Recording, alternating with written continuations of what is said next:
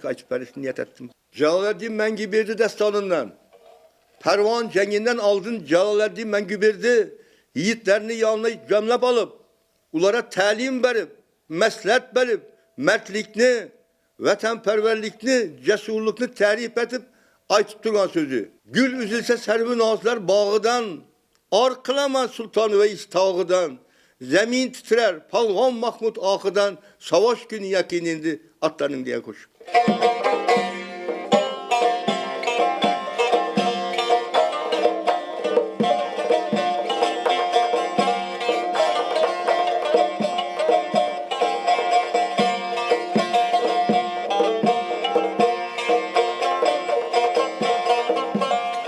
Havrezmli'ye ilim digen yiğitler hey, yiğitler hey, yiğitler.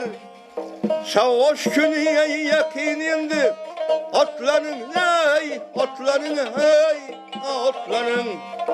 Şar tarafta yaynadan salyan hey, bürgütler hey, bürgütler hey.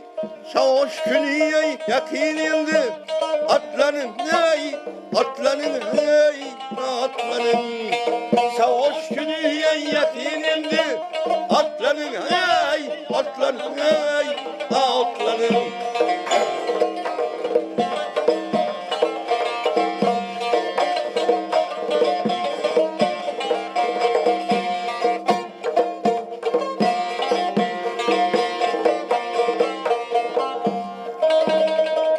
Güz üzülse, gül üzülse servin ağızlar bağıdan, ağır kılaman Sultan Veys dağıdan, zemin titrer Palvan Mahmud ahıdan hey, savaş günü yakinindi atlanın hey, atlanın hey, atlanın.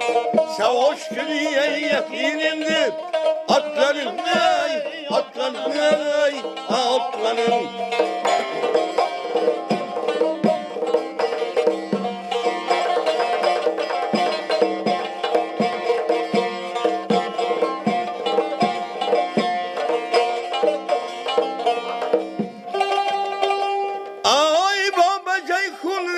için akkanmez, kızlar başka yav için gül takkanmez.